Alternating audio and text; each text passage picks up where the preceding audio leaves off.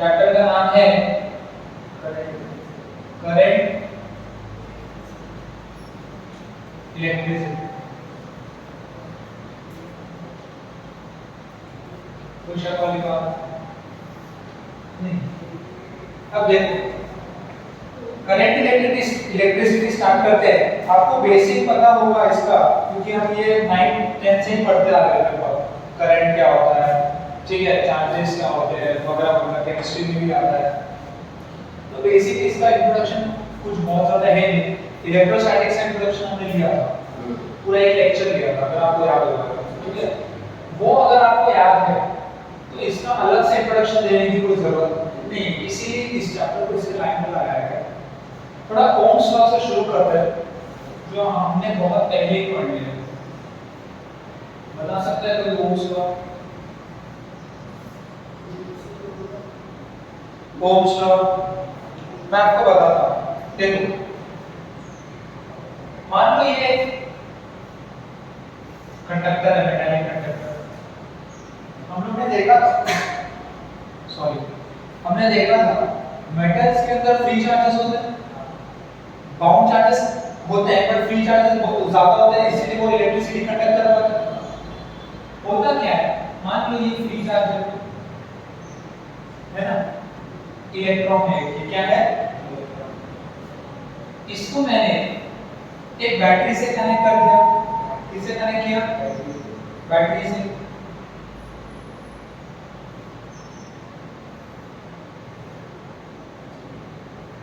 यार इसको मैं बड़ा कर देता हूं।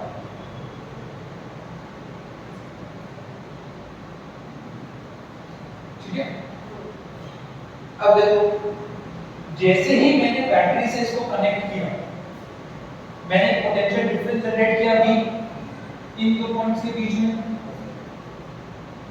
आया ना। उससे होता क्या कि मूव करता है इलेक्ट्रॉन, मूव करता है, मूव करता है, आगे बढ़ता है। जब इलेक्ट्रॉन्स यहां देखो, यहां से यहां मूव करते हैं, इलेक्ट्रॉन्स मूव कर रहा है from your negative to positive, उसके उल्टे डायरेक्शन को मैं बोलता हूं कि करंट फ्लो कर रहा है। मतलब कि करंट ऐसा फ्लो कर रहा है, करंट ऐसा फ्लो कर रहा है। ठीक है, अब देखो हो गया है। बेसिकली मैं आपको बता देता हूं, इस कंडक्टर का कुछ रेजिस्टेंस R होगा, ऑब्वियसली कुछ ना कुछ रेजिस्टेंस होगा। रेजिस्टेंस मतलब करंट फ्लो होता है, चार्जेस की फ्लो है वो थोड़ा तो रेजिस्ट करेगा, रोकेगा, क्योंकि अगर रेजिस्टेंस दिए जितना कम रेजिस्टेंस उतना ज्यादा करंट, तो वो प्रॉब्लम हो जाएगी। ठीक है, तो मान लो इसका रेजिस्टेंस आ है, तो ओम्स लॉ ने एक इक्वेशन दिया था V IR, V IR, ये हमने पहले देखा, V IR। तो V I और R का रिलेशन ओम्स ने दिया था। और आपको याद होगा स्कूल में हम इसको क्या करते थे, I R की वैल्यूज लेते थे, V की वैल्यू लेते और एक स्ट्रेट लाइन बनाते थे, ग्राफ बनाते थे, टू ओम्स लॉ। ये स्कूल में एक एक्सपेरिमेंट हुआ था, क्योंकि y x एक स्ट्रेट लाइन होता है, तो v IR, एक में आपने v ले लिया, एक एक्सिस में IR ले लिया, एक स्ट्रेट लाइन बना के ओम्स लॉ प्रूव हो जाता था। देखो ये बता क्या रहा है, एक्चुअली मैं आपको बताता हूं। वोल्टेज होता क्या है, वोल्टेज होता है वर्क डन। वोल्ट याद है, पोटेंशियल, इलेक्ट्रिक पोटेंशियल, एनर्जी नहीं, वो U था, पोटेंशियल V, वो वर्क डन से आता था। अगर आपको याद होगा potential from 1 to 2 is equal to work done from 2 to 1 upon Q per unit charge work done, ये अपना पोटेंशियल होता था। तो बेसिकली हो क्या है, ये वर्क डन है, ये क्या है, वर्क डन। कुछ देखो वर्क तो करना ही पड़ेगा। जब आपको पोटेंशियल मतलब क्या होता है, चार्ज को यहां से यहां फ्लो कराने के लिए कुछ वर्क लगेगा, कुछ एनर्जी होगी, वो एनर्जी प्रोवाइड करता है बैटरी। वो एनर्जी क्या प्रोवाइड करता है, कौन प्रोवाइड करता है, बैटरी। वो एनर्जी दे रहा है, कितना आई का, कितना एनर्जी दे रहा है, एनर्जी दे रहा है, तो उसको वर्क डन एनर्जी में सेव होता है, याद है आपको, मतलब इतना वर्क डन उसको करना पड़ता है।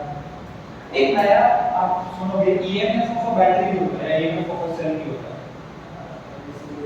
देखो वो होता है, R R तो एक्सटर्नल रेजिस्टेंस है इसके लिए।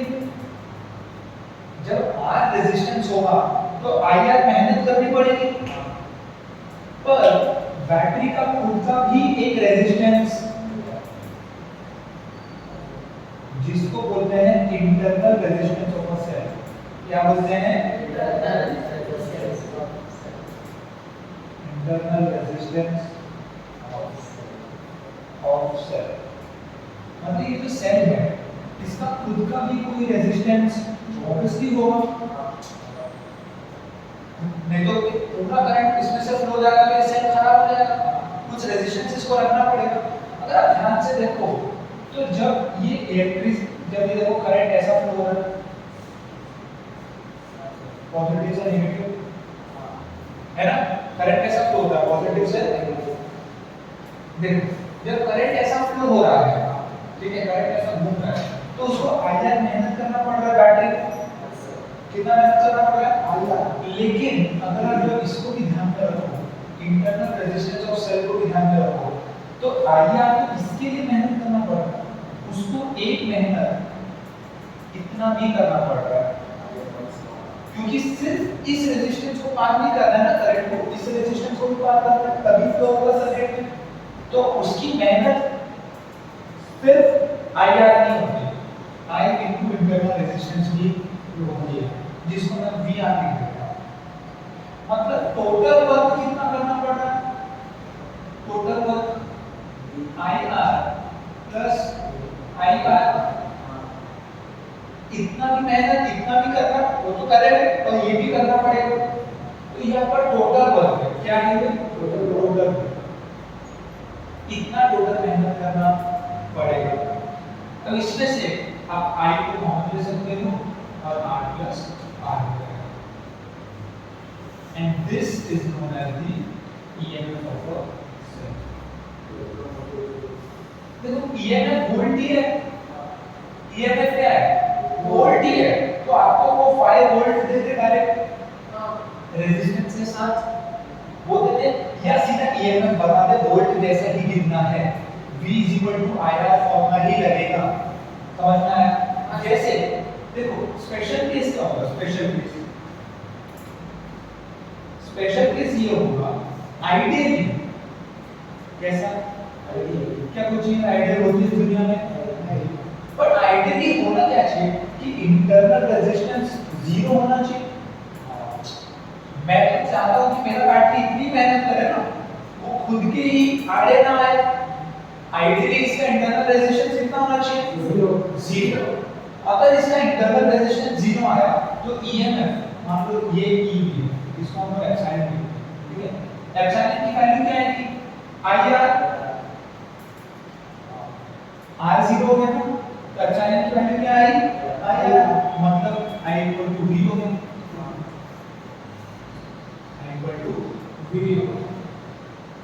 तो अगर जब न्यूमेरिकल में आपको ईएमएफ भी दे दे तो उसको वोल्ट लेके ही ट्रीट करना, यही फॉर्मूला लगेगा, ई आ जाएगा इसमें। कोई बड़ी बात होता क्या है कि एक इंटरनल रेजिस्टेंस भी होता है सेल के अंदर, जिसको पार करने में थोड़ा मेहनत और लगेगा, तो टोटल मेहनत को हम ईएमएफ बोलते हैं, इलेक्ट्रोमोटिव फोर्स। कौन सा फोर्स? इलेक्ट्रोमोटिव फोर्स, ठीक है। ईएमएफ का फुल फॉर्म है इलेक्ट्रोमोटिव फोर्स। काम है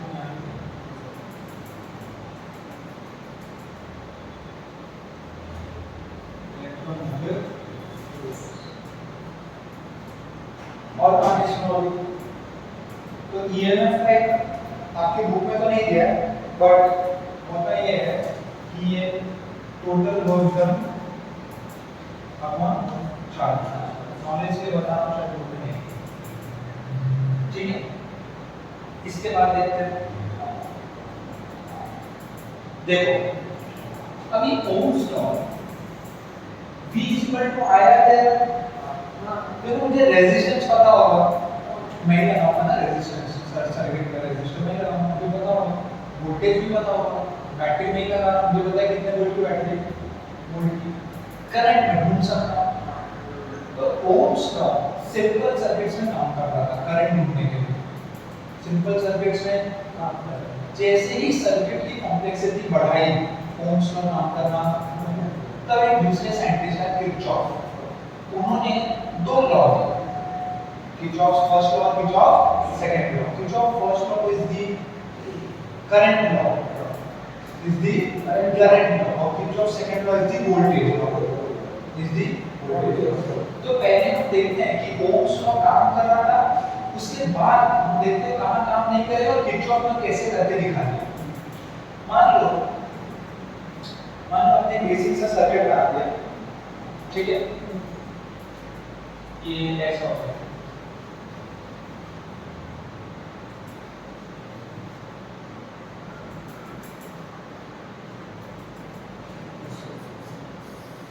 ठीक है, ये रेजिस्टर लगाते हैं। मान लो आपने बैटरी दे दी,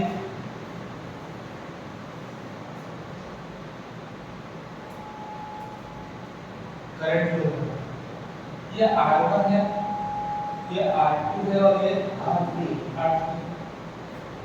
अब आपको पता है कि आप इसको और एक इक्विवेलेंट लिख सकते हैं,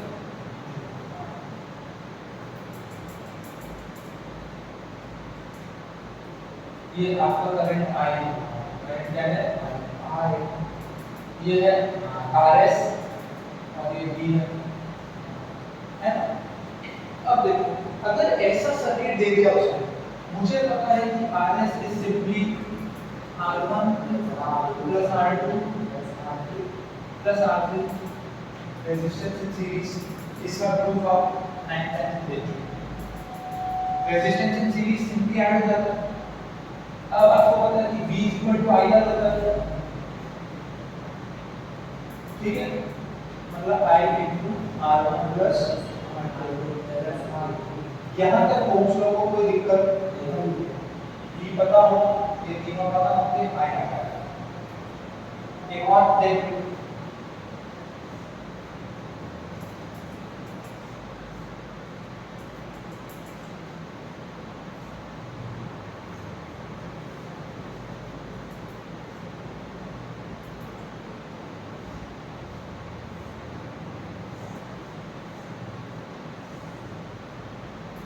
यहाँ से करंट पास होगा, फिर करंट यहाँ बटेगा, यहाँ बटेगा, यहाँ बटेगा, यहाँ से आएगा, यहाँ से आएगा, यहाँ से आके वापस मिल जाएगा। ये B है, मान लो करंट I, मान लो ये R1 है और ये R2, इसका मैं इक्विवेलेंट बनाता हूँ,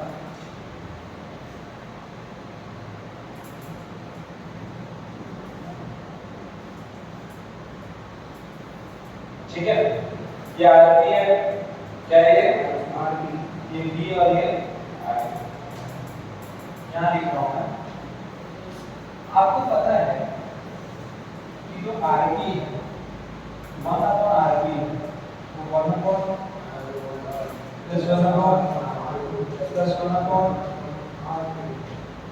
आपको एक पता है कि V I/R है ना। ये तीनों आपको पता होंगे, ये आ जाएगा, V पता होगा, I आ जाएगा। तो यहाँ तक ओम्स लॉ को कोई दिक्कत नहीं। मान लो अगर तीनों को 3 कर दिया, तीनों को क्या कर दिया 3 1/3 plus 1/3 1/3 कितना 1 होता है, 1/3 को 3 बार ऐड करोगे तो 1 होगा, तो RP 1 आया, तो V I आया। मान लो ये 10 वोल्ट दिया है, तो I कितना होगा 10, I कितना हो जाएगा 10। दूसरी वाली बात, ठीक है। तो यहाँ तक कोई दिक्कत, सर आपने बोला 1/RP को क्या करेगा, RP का यूज करके ऐड करेंगे। अगर मान लो एग्जांपल तो ये 3 ओम दिया है, ये कितना दिया, ये कितना दिया एग्जांपल, तो 1/3 plus 1/3 plus 1/3 कितना 1 होगा। देखो अरे 1/3 plus 1/3 plus 1/3 का डिनोमिनेटर सेम है, न्यूमरेटर ऐड हो जाएगा, 3/3 आएगा तो 1 होगा।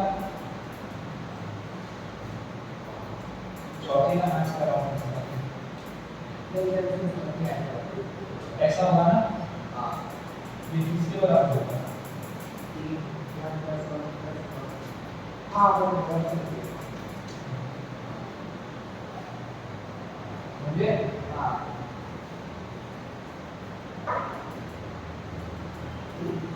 तो आरपी अगर मान लो V 10 वोल्ट दिया होगा तो I हो जाता 10। 10 क्या, इसका तो ओम है, करंट का क्या होता है, कूलम किसका होता है, चार्ज का, बैटरी का वोल्ट वो बैटरी का होता है, एंपियर करंट का क्या है, एम्पियर। Yes sir. क्वेश्चन वाली बात है, इतना आसान है। तो यहाँ तक ओम्स लॉ को कोई दिक्कत नहीं, तो बेसिक ओम्स लॉ को समझ में आ गया, ईएमएफ क्या होता है वो भी समझ में आ गया, ठीक है। और ओम्स का यहाँ तक बढ़िया काम कर रहा है। अब देखते हैं वो कहाँ काम नहीं करता और किरचॉफ को कैसे करते हैं, नोट करो। कमाल लो, देखो अगर मैं एक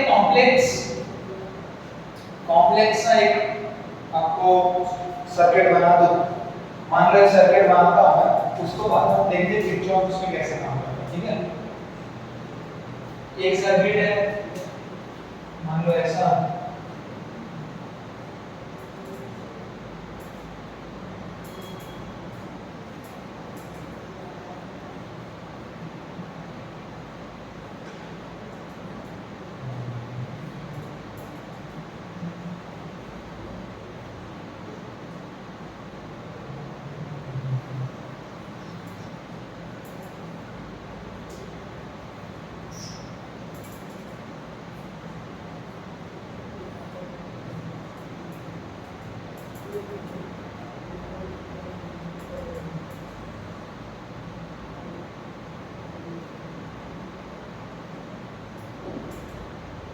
जाएगा सब, हमें ये A है, ये B है, ये C है, इसको बोल देता हूँ D E F। मान लो ये EMF E1 दिया इसका करंट I1 फ्लो हो रहा है, करंट I1 जा रहा है, R2 ये R1 है मान लो, ये R3 है और ये R4 है मान लो, और क्या मान लो, यहाँ से I2 आया, यहाँ से I3 गया, यहाँ से भी I3 जाएगा, I3 I2 नीचे वापस I1 कर जाएगा, ठीक है। आना हो गया, कोई शक वाली बात, मान लो ये EMF E2 है, इसका ये है E। अब यहाँ देखो, ये इतना भी कॉम्प्लेक्स सर्किट नहीं है, एक्चुअली तो बहुत ज़्यादा कॉम्प्लेक्स होता है, बट इसके और डिफिकल्ट सब हम इंजीनियरिंग में फर्स्ट ईयर में पढ़ते हैं बी सब्जेक्ट में। किरचॉफ पे ही पूरा हमारी बात का वेटेज होता है उसमें, ये फिर बेसिक्स है, इसको कैसे सॉल्व करते हैं देखेंगे जब किरचॉफ का लॉ पढ़ेंगे तब। अभी देखो होता क्या है कि अगर मेरे को सिर्फ ओम्स लॉ की नॉलेज होगी, किसकी नॉलेज, तो मैं ये सॉल्व नहीं कर पाऊंगा। मुझे करना है, मुझे करंट निकालना है, मुझे क्या निकालना है, हर एक वायर में या ब्रांच में कितना करंट है वो निकालना है। अब इसमें रेजिस्टेंस भी है, इसमें से करंट भी फ्लो हो रहा है, ईएमएफ भी दिया है, ठीक है, करंट डिस्ट्रीब्यूट भी हो रहा है। आप ओम्स क्या कहता है, ओम्स होता है कि एक रेजिस्टेंस दे दो, एक करंट पास करा दो और एक वोल्टेज दो, तो मैं V इक्वल टू IR बोलता हूं। ओम्स ने क्या किया, जब आपने उसको बोला कि मेरे पास मल्टीपल रेजिस्टेंस है, तो उसने पूछा कि वो रेजिस्टेंस पैरेलल में है या सीरीज में है, मैं उसका इक्विवेलेंट बता देता हूं, फिर वो बात एक में आ गया और आप सॉल्व करो। यहाँ पे ऐसा पॉसिबल ही नहीं है, ये रेजिस्टेंस सीरीज या पैरेलल वाला केस नहीं है, बहुत सारे रेजिस्टेंस आपके जुड़े हुए हैं, ठीक है। तो यहाँ पे किरचॉफ ने आपकी मदद की, क्योंकि ओम्स का यहाँ पे काम करना बंद कर दिया। अब किरचॉफ लॉ पढ़ने के पहले थोड़ा सा इलेक्ट्रिकल सर्किट को पढ़ लेते हैं कि होता क्या क्या एलिमेंट्स होते हैं। तो मैं बोलता हूँ एलिमेंट्स ऑफ, क्या है कि एलिमेंट्स ऑफ इलेक्ट्रिकल सर्किट, यही है इलेक्ट्रिकल और इलेक्ट्रिकल। अब देखो पहला जो है वो है जंक्शन। पहला क्या है, जंक्शन मतलब कोई बता सकता है नाम से, किसी पॉइंट का पर्टिकुलर कांटेक्ट बहुत बड़ा हो गया, when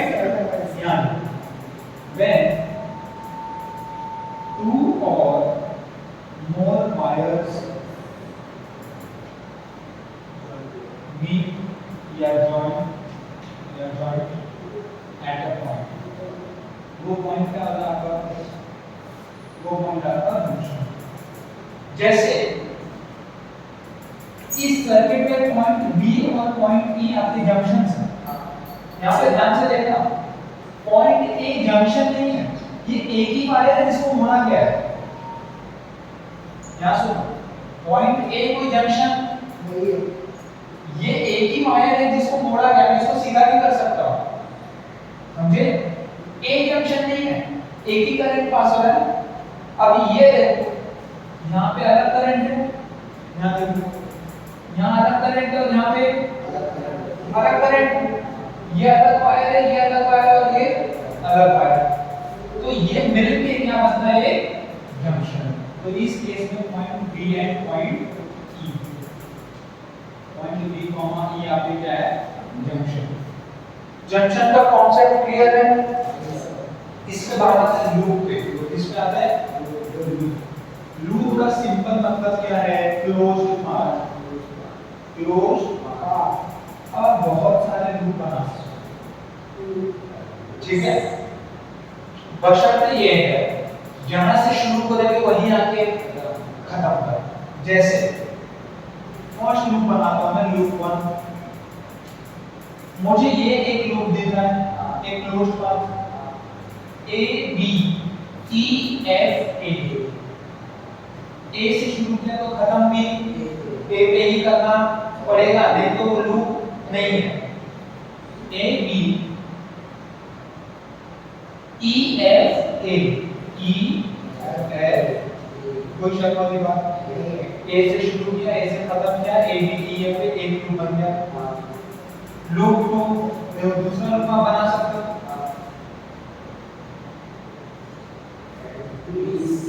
B C D E B, B C D B C D E. अब देखो, मैंने ए बी ई एफ ए लिखा, मैंने ए से शुरू किया, ए पे खत्म। आप एफ से शुरू करके एफ से भी खत्म कर सकते हो, कहीं से भी क्लोज पाथ होना चाहिए।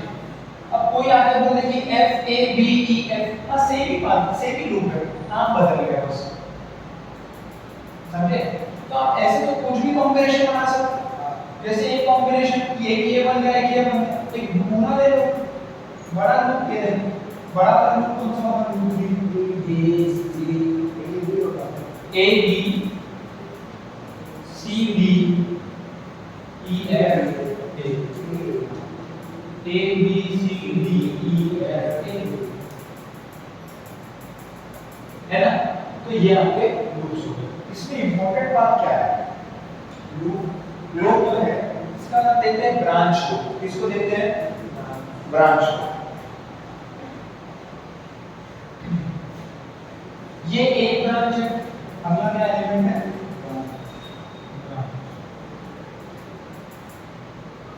देखो, ब्रांच वो है, सुनो, करंट इज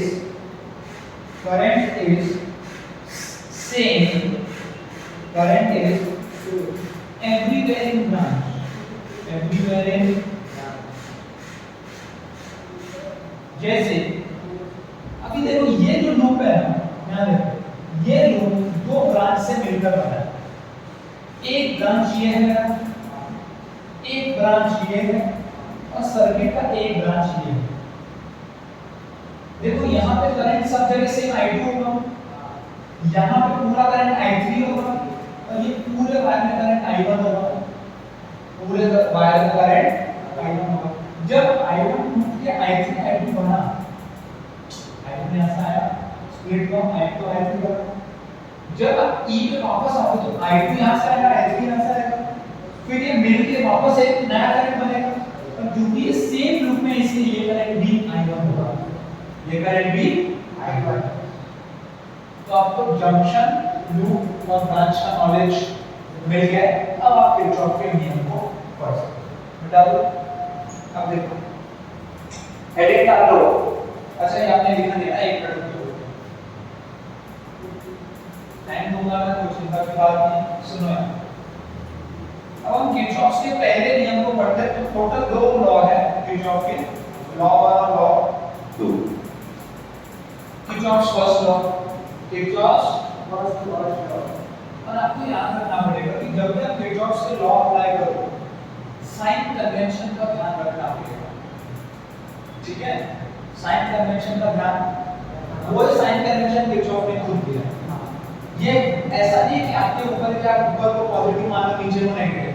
हम करते थे फिजिक्स में, मैकेनिक्स में, एक साइड पॉजिटिव मान लो दूसरा साइड किरचॉफ ने जैसा बोला है वही सही माना जाएगा, वो मैं बताऊंगा।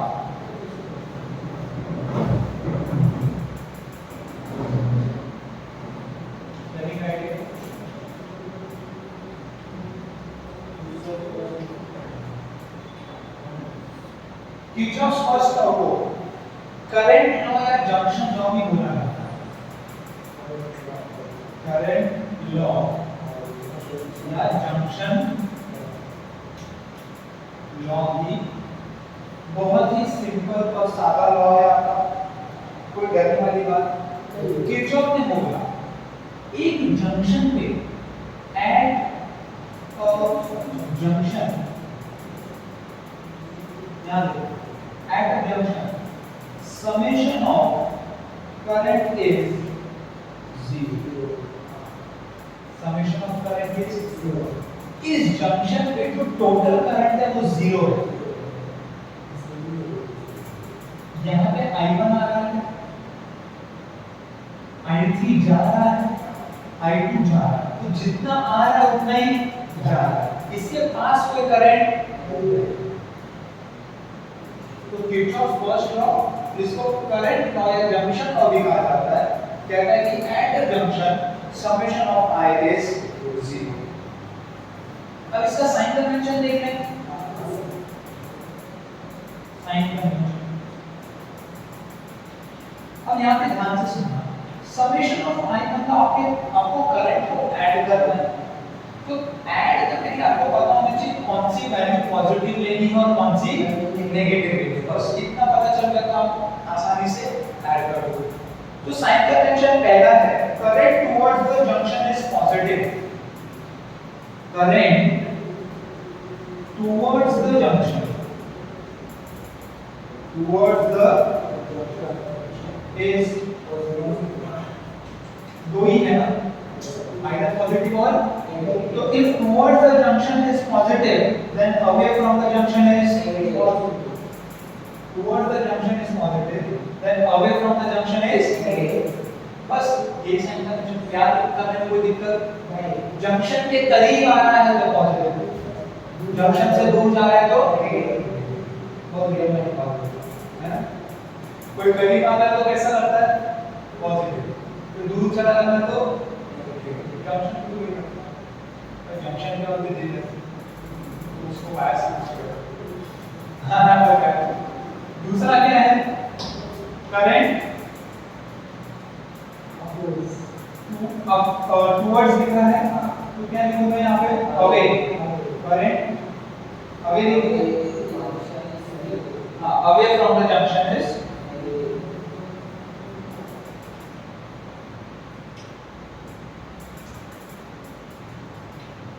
नेगेटिव। अब देखो इस जंक्शन पे, junction B at junction B, at junction Kirchhoff के पहले नियम को लगा के देखते हैं। जंक्शन बी पे टोटल 3 करंट है मेरे पास, I1 I2 और मुझे पता है इनका समेशन क्या होगा, क्योंकि at the junction summation of I is 0। अब मुझे प्लस या माइनस का साइन लगाना है। देखो I1 जंक्शन के करीब जा रहा है, पॉजिटिव, करीब आया तो पॉजिटिव, तो यहाँ पे पॉजिटिव साइन लगा रहेगा, लिखने की कोई जरूरत नहीं। I2 जंक्शन से दूर जा रहा है,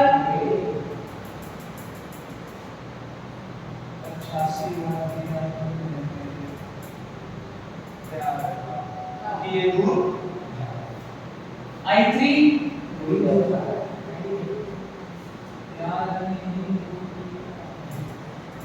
आना बोला, ध्यान रहेगा, भूलने वाली कोई बात। बेसिक दो ही तो साइन कन्वेंशन है, एक याद है तो दूसरा याद करने की जरूरत नहीं है। करीब आए तो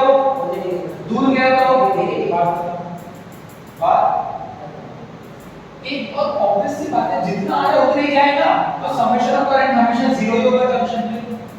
कोई बड़ी बात नहीं है, याद रहेगा first law, summation of current at a junction is zero. एक और जंक्शन है ना अपने पास। अब देखो इससे एक चीज और मिल गया आपको, that I1 is equal to I2 plus, मतलब जितना अंदर आया उतना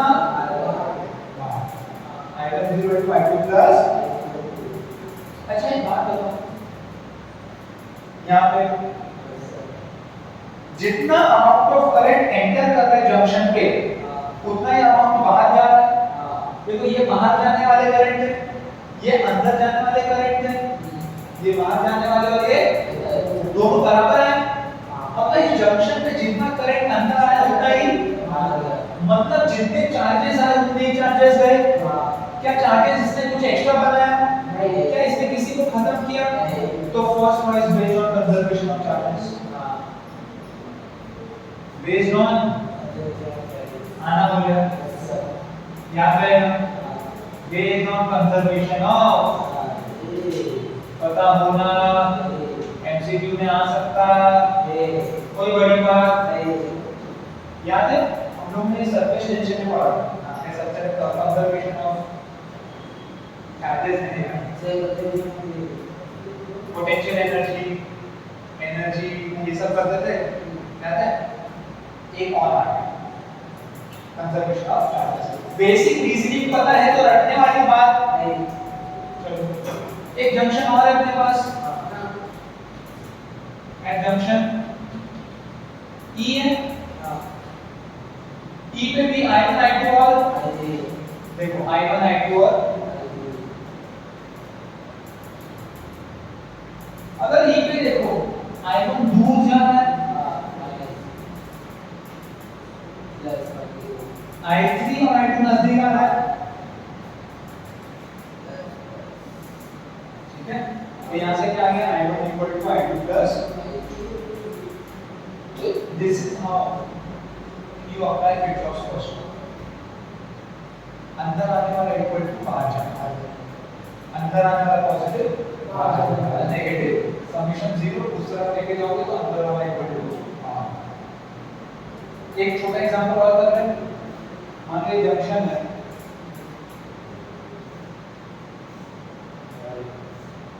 ठीक है,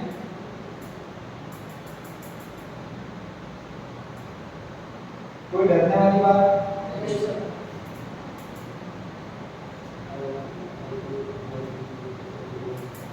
इक्वेशन का फाइल अभी बोलेंगे, I1 अंदर आ रहा है, I1 plus I1 minus I2 plus I3 minus I4 plus और माइनस I6 आएगा I1 plus I3 plus I5 equal to I2 plus I4 plus I6। Kirchhoff's second law, Kirchhoff's second law।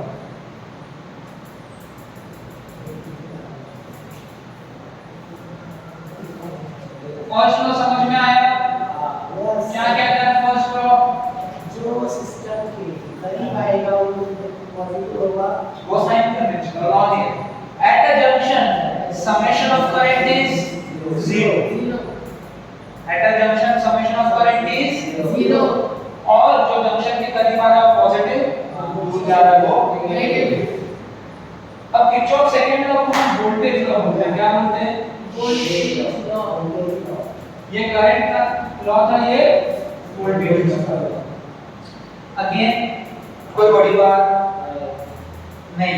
अच्छा मुझे एक बात बताओ, ये जंक्शन लॉ था तो इसको लूप, क्लोज्ड लूप लॉ भी बोल सकते हैं, लिखने की कोई जरूरत नहीं है।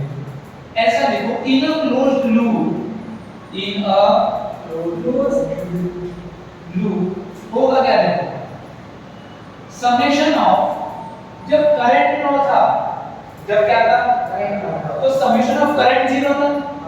अब वोल्टेज लॉ है तो समेशन ऑफ वोल्टेज जीरो था। V इज इक्वल टू आया। ये तो रेजिस्टेंस होगा, रेजिस्टर होगा, उसका वोल्ट है, उसका वर्क डन है। बैटरी का इंटरनल भी आएगा, summation of EMF, summation of EMF कहां से आया समझ में आया? Is equal to 0। कुछ अपनी बात है, ये आपका सेकंड है, आपका कोई डरने वाली बात नहीं है, कोई डरने वाली बात नहीं है। इसके लिए साइन कन्वेंशन थोड़ा अलग है और इसके लिए साइन कन्वेंशन अलग है। यही देखना है कि पॉजिटिव नेगेटिव है कि नहीं। हाँ ना बोले? देखो आई आपको आप पॉजिटिव कब लोगे? जब वो करंट के उल्टा चलेगा, जब वो करंट के उल्टा जाएगा। अगर आप जिस लूप में घूम रहे हो वो करंट के डायरेक्शन में ही है, आपका जो ट्रेसिंग है, आपका क्या है? Tracing is in the direction of current. It implies that potential difference is negative. Is negative. ये साइन कन्वेंशन है। क्या ये साइन कन्वेंशन है?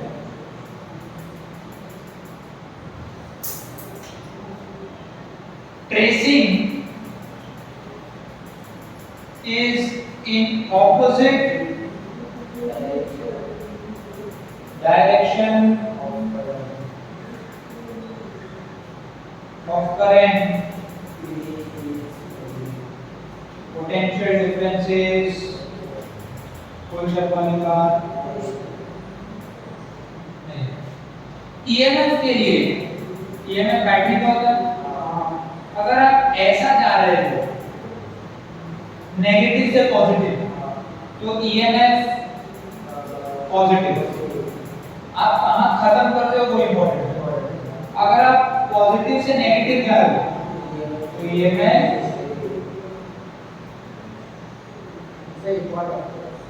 अगर आप नेगेटिव से पॉजिटिव जा रहे हो खत्म कब कर रहे हो पॉजिटिव में तो EMF पॉजिटिव, खत्म अगर नेगेटिव पे हो रहा है तो EMF ये आपका सेकंड।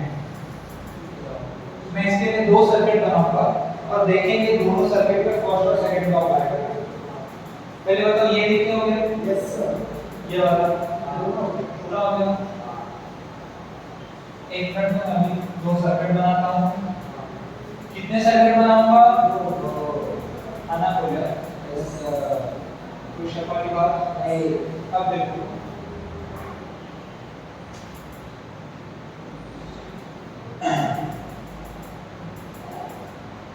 चलो एक लूप बनाते हैं, एक सर्किट बनाते हैं।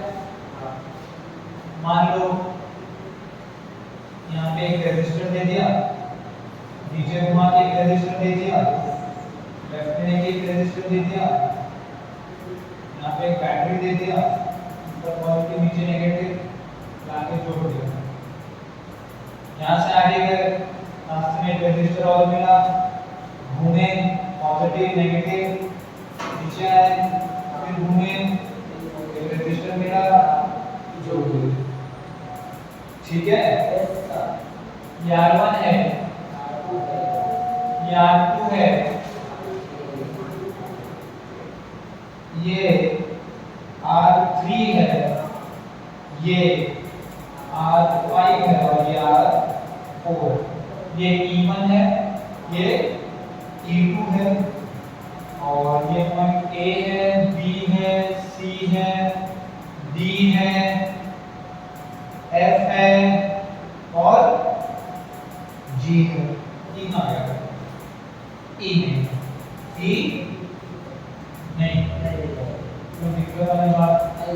मान लो AB में करंट I1 B से टूटा, एक जगह I3 गया, ऊपर I2 गया, और I2 यहाँ पे नहीं है, I2 यहाँ पे है। ठीक है? ध्यान से बनाना। कैसे बनाना? यहाँ पे I2 है, यहाँ पे I1 है। हो गया। अब देखो क्या लो एग्जांपल देख ले कैसे करते हैं। हाँ बोला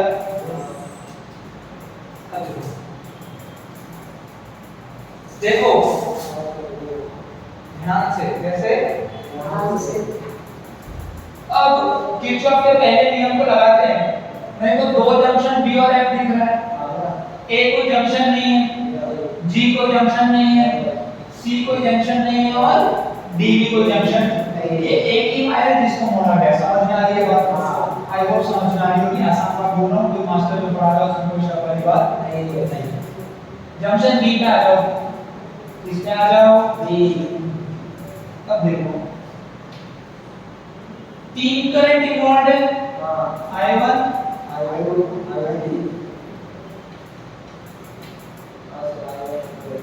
I1 नजदीक आ रहा है, I2 भी नजदीक आ रहा है, I2 नजदीक आ रहा है। देखो I2 का डायरेक्शन ऊपर दिया है, I2 ऐसा जा रहा है, समझे? ऐसा गया तो क्या ये नजदीक जा रहा है जंक्शन पे? I3 दूर जा रहा है। कोई शक वाली बात? जंक्शन F पे आ जाओ, इसमें आ जाओ F पे इतना पता चल रहा है कि I1 दूर जा रहा है, I2 दूर जा रहा है, I2 दूर जा रहा है, I3 प्लस। ठीक है, अब किरचॉफ का फर्स्ट लॉ लगाओ। मान लो ये देखो, ये एक लूप ले लो और इसमें ट्रेसिंग इस डायरेक्शन में है। यहां देखो पहले देखो ना, ट्रेसिंग ऐसा क्लॉकवाइज और ये देखो उसका ट्रेसिंग क्लॉकवाइज। तो पहला लूप ले लो, लूप मान लेगा ए बी एफ जी ए। कोई दिक्कत? इसमें ए से शुरू करना, यहां देखो ए से शुरू करना। आइए पहले I1 आ रहा है, सेकंड टर्म है क्या? Summation of voltage and summation of EMF 0 ना। पहला वोल्ट क्या है? I1 आ रहा है, V0 तो IR होगा ना, I1। अब देखो मैं इस ऐसा ट्रेस कर रहा हूं, मेरा ट्रेसिंग और करंट का डायरेक्शन सेम है तो negative. Tracing is in the direction of current और पोटेंशियल डिफरेंस इज नेगेटिव। कोई डरने वाली बात नहीं। कितना भी complex they they, step by step जाएंगे तो कोई डरने वाली बात नहीं है। एक और एग्जांपल बनाओ, उससे पूरा डर खत्म हो जाएगा। सिर्फ किरचॉफ के नियम लगा के आंसर आना तो बहुत आसान है। कोई भी शक वाली बात नहीं। न्यूमेरिकल पे पूरे नंबर आने चाहिए, सिर्फ साइन कन्वेंशन बताना चाहिए, कोई बड़ी बात नहीं है। आगे देखो, अब मुझे B से मुड़ जाना है, मेरा लूप तो ये है।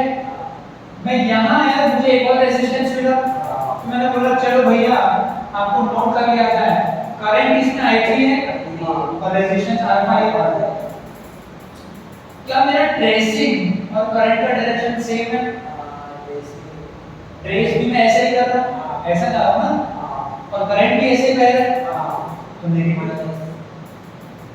ये देखो ये सब वैल्यूज गिवन होंगे आपको, वैल्यूज गिवन होंगे, आपको सिर्फ अननोन निकालना होगा। तो इक्वेशन कैसे लिखना है वो सिखा रहा हूं। वैल्यू गिवन होगा तो कैसे करते हो अगला एग्जाम पर इक्वेशन बनाने आ रहा है क्या? अब आप यहां बोलोगे आपने ये लूप माना है, यहां से यहां एक रेजिस्टेंस और है, करंट क्या है, रेजिस्टेंस क्या है, तो पोटेंशियल क्या हो जाएगा I1 R3। I1 ऐसा बह रहा है, ट्रेसिंग भी ऐसा है। अब देखो वापस यहां पर लूप खत्म कर रहे हैं, ईएमएफ है तो पहले E1 लिख दो, नेगेटिव से पॉजिटिव, पॉजिटिव पे खत्म हो रहा है प्लस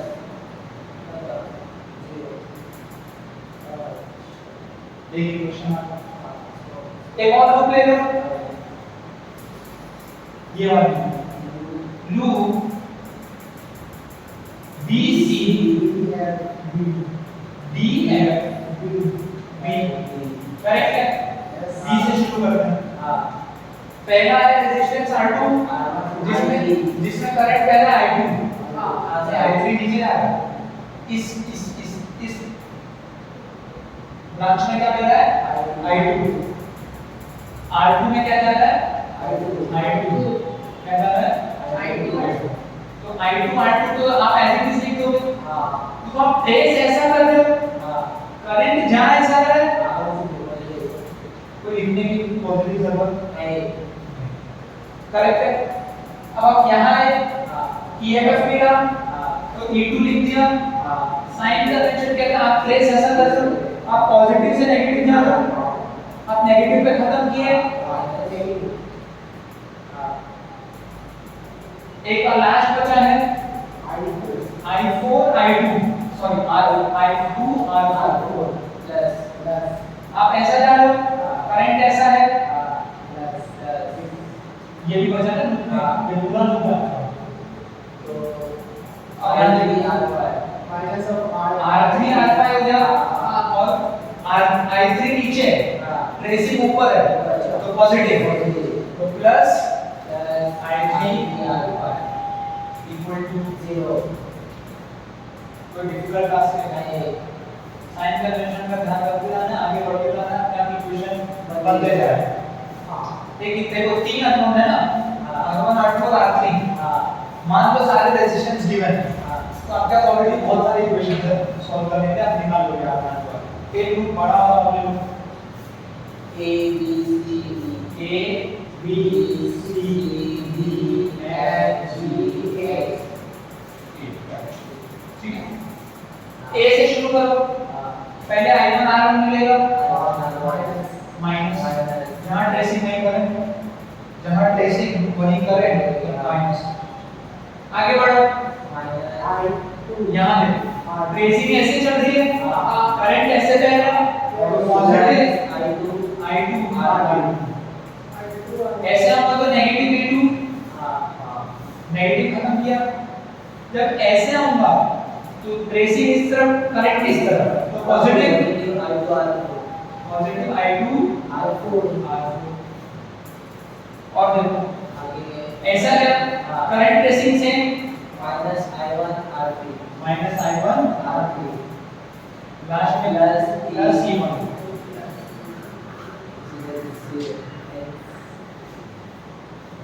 इक्वेशन बनाने आ गया किरचॉफ फर्स्ट लॉ और सेकंड लॉ किसी भी सर्किट पे बना लोगे निकाल लोगे इसका एक एग्जांपल और देखेंगे फिर इसको खत्म करके हम लोग व्हीटस्टोन ब्रिज पे जाएंगे ये आना चाहिए ठीक है इसमें मेरे साथ नोट कर बना लिया डायग्राम हां तो रुक जाओ अभी रुक जाओ यहां सुनो फटाफट सुनो यहां पे जल्दी हां loop A B C F A बताओ equation A B C F A कैसा ट्रेस करते हो I1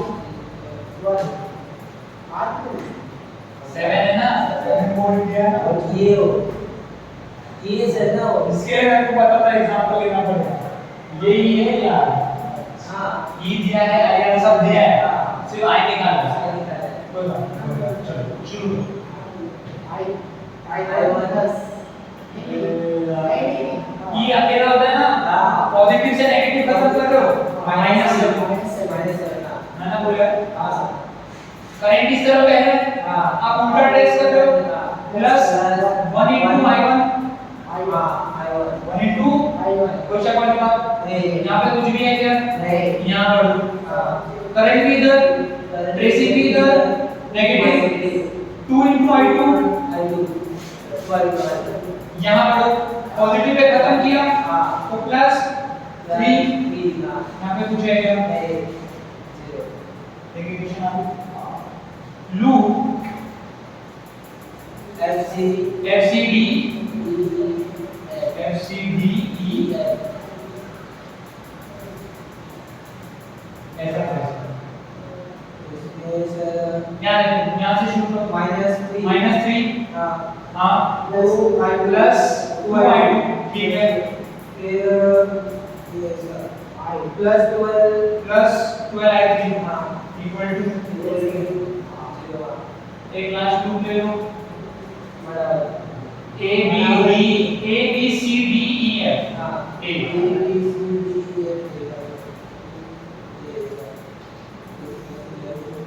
A से B तो आप पहले ये -7 -7 फिर S1 I प्लस I1